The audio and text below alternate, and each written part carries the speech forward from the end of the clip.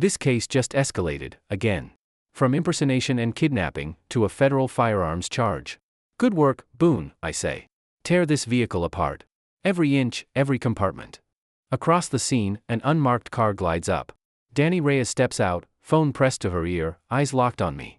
A sharp nod, that's all. The nod says it all, we've got them. What's next? I glance at the suspects, now separated into patrol cars.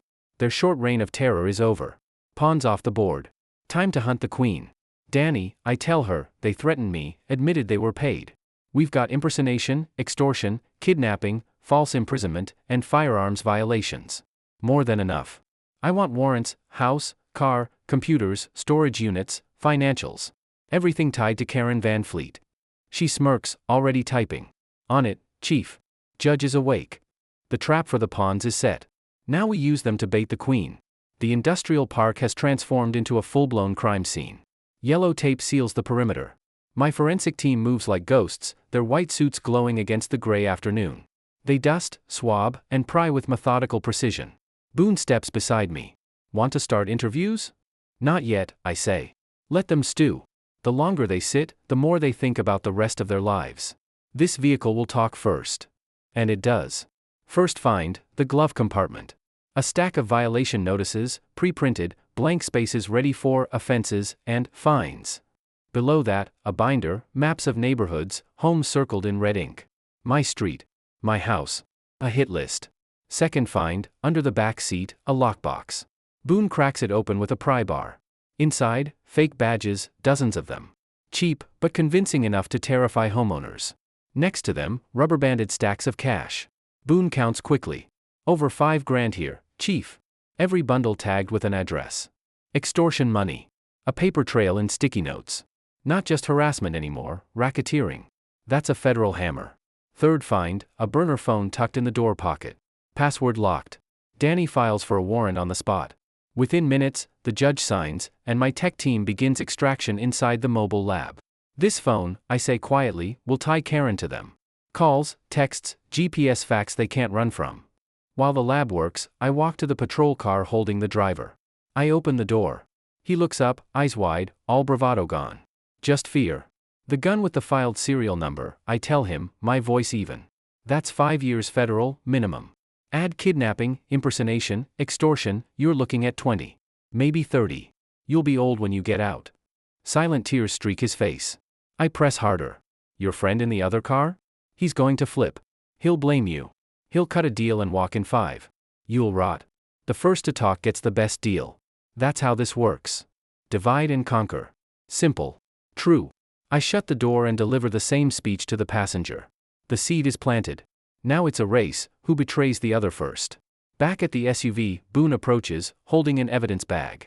Inside, keys. Found clipped to the visor. One's a house key. Another stamped with Stoico self-storage. Unit 218. Records show it's leased under Karen Van Fleet's LLC. A storage unit. Classic amateur mistake. They always think evidence is safe off-site. Danny strides over, phone in hand. Warrants are live, house, car, storage. Judge signed. Good, I tell Boone. Take a team. Hit the storage unit first, quiet entry. I want to see what's inside before she knows we've got her boys.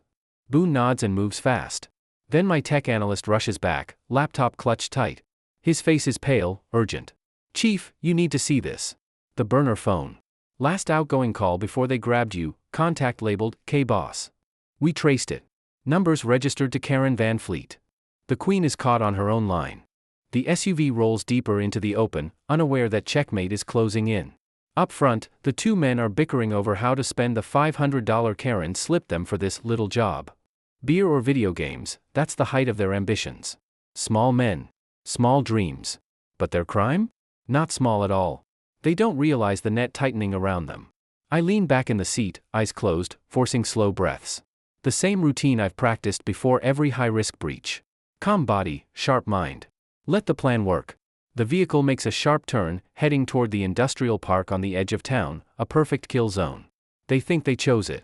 In reality, we did. My team scouted this stretch, low traffic, long sightlines, multiple entry and exit points. Public safety first. Fewer witnesses. Total control. The passenger leans toward me again. When we let you go, you're gonna forget this ever happened. You'll go home, pay your fines, and you won't call the cops. Understand? We know where you live. The threat is direct. It's also the last piece of evidence I need. Every word is recorded: impersonation, abduction, extortion, and now intimidation. The case is airtight. I understand, I reply flatly. What I really understand is that they've just sealed their fate. They think they're in control. They think they're holding the cards. But outside this SUV, a real police operation is about to change the game, and they're not going to like the new rules. The SUV slows as we roll into the industrial park. Warehouses loom on both sides, gray and empty. The driver scans for a quiet side road where they can dump me and play tough guy one last time.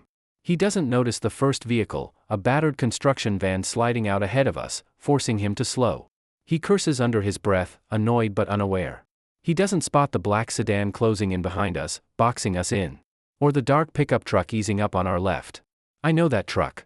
Boone's behind the wheel, steady and calm as always. A faint vibration hums through my shoe, an old SWAT tool, a receiver hidden in the sole. One short buzz. Danny's signal. Takedown initiated. I brace. The construction van brakes hard. Our driver panics, slamming his pedal. Tires scream.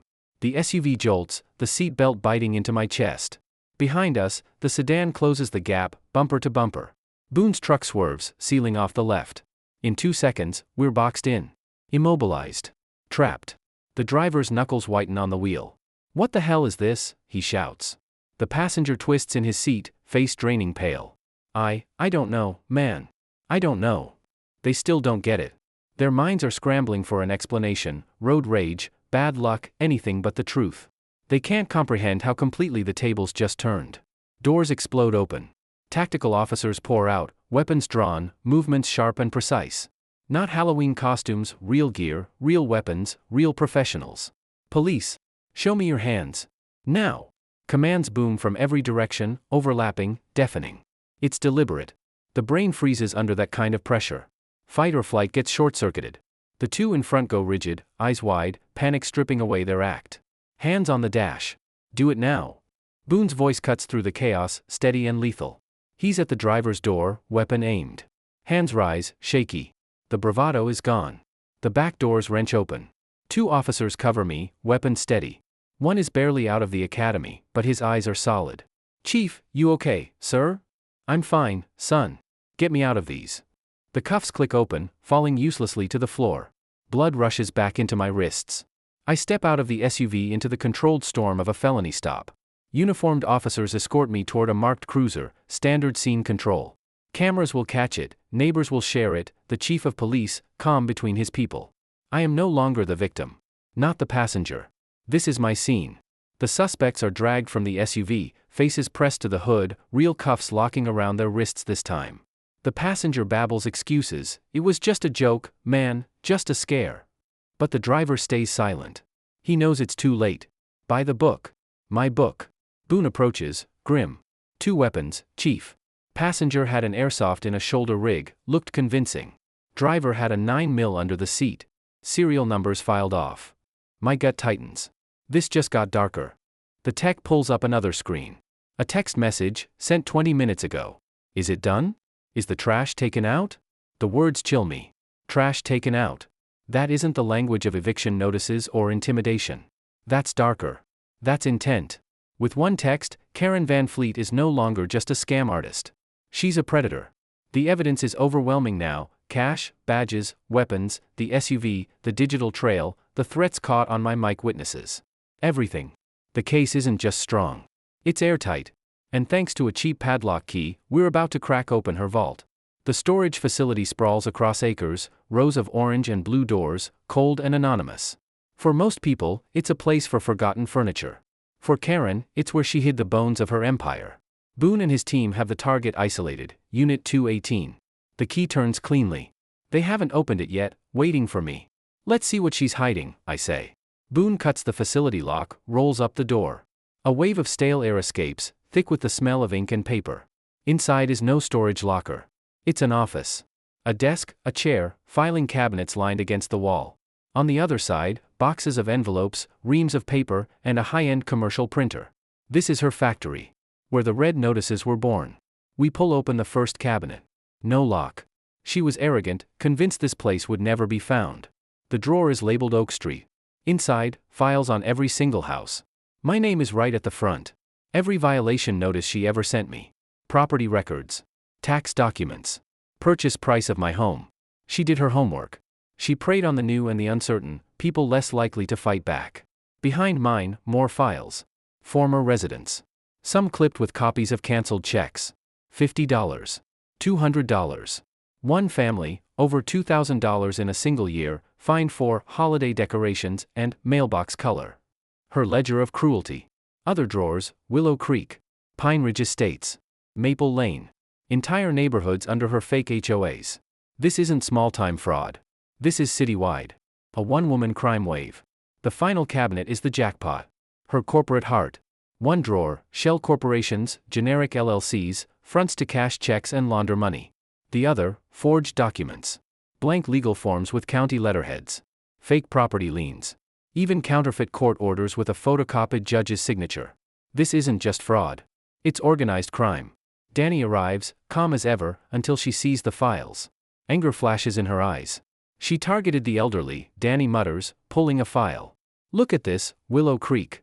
An 80-year-old woman, threatened with foreclosure over rose bushes. Karen notes here, soft target. The woman sold her house. Moved to a retirement home. Rage coils in me. This isn't greed anymore, it's cruelty. This is the kind of predator I built my SWAT teams to stop. We have more than enough, I say, voice hard. Danny's phone buzzes. Financial warrant came through. 3 bank accounts. 2 almost empty. But 1 corporate account, over $250,000.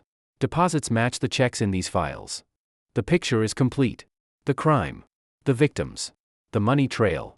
From the cheap red paper to the fat bank account. We have it all. Danny looks up from her phone. She's got a board meeting tonight. We pulled it from the burner phone. Held in her garage, her, the 2 goons we've got, and a few board members. Probably neighbors she roped in with fear or a cut of the profits. A board meeting. The queen surrounded by her pawns. Perfect. Get the team ready, I tell her. We don't knock. We raid. I want her in cuffs in front of her entire fake court. I want them to see what happens when you mock the law.